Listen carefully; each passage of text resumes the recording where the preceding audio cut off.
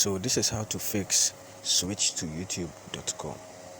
First of all, you have to go to your phone menu, then you search for Play Store. So when you see Play Store, just tap on it. So when you tap on it, wait small. After that, on the search app, then you search for YouTube.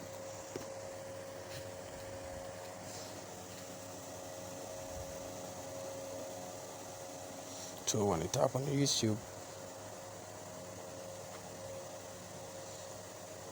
so wait. So when you see update over here, then it means you have to update your YouTube.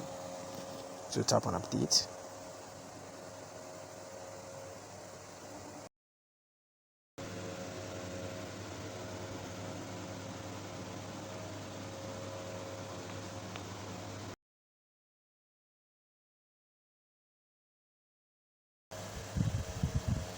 So as you can see, it is installing on our device.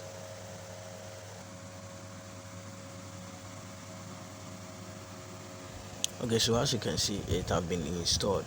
So don't tap on open right now. Just go to your phone menu and restart the phone. Turn the phone off, then you turn it on again. Tap on the power button and reboot your phone. You get me? So reboot it like this. You see here.